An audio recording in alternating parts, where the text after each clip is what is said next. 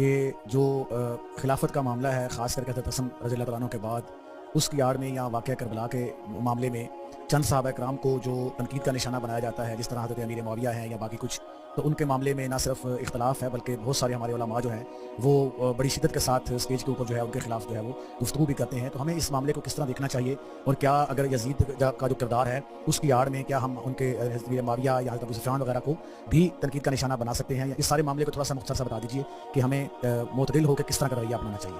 بہت شکریہ سر. اللہ کے آخری پیغمبر کے سوا تنقید سے بالا تر کوئی نہیں ہے. آپ ہر شخص پہ تنقید کر سکتے ہیں، لیکن تنقید کرنے کے لیے صحیح علم ہونا ضروری ہے. تنقید شوق تنقید میں نہیں کی جاتی، پہلے آپ کو اس چیز کو جاننا چاہیے. جس طور کا آپ نے ذکر کیا ہے وہ قرآن میں بیان نہیں ہوا، وہ سر تسر تاریخی روایات میں بیان ہوا. تاریخی روایات ایسی ہیں جیسے اگر آپ پچھلے 50 سال کے اخبارات اٹھا لیں تو سیاستدانوں کے، دانشوروں کے، علماء کے بیانات جمع کرنا شروع کریں. وہ ہر طرح کی چیزیں ہوتی ہیں، رتب و یابس.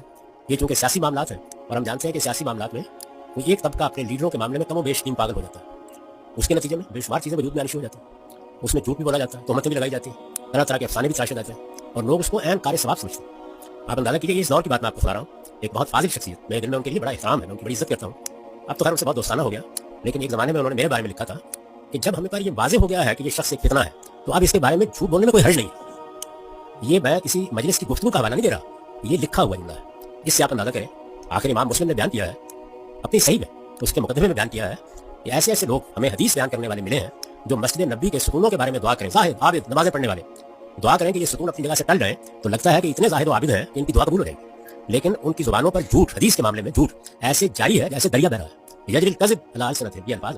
تو اس سے آپ اندازہ کر سکتے ہیں کہ وہ مواد جس کی بنیاد پر آپ نے تنقید کرنی ہے، تنقید کرنا کوئی بڑی بات نہیں، وہ اس طرح کا مواد ہے. اس میں پھر یہ ضروری ہے کہ آپ سب سے پہلے تو جو پیغمبر کے صحابہ کی جماعت ہے یہ دیکھیں کہ قرآن مجید ان کے بارے میں کیا کہتا ہے.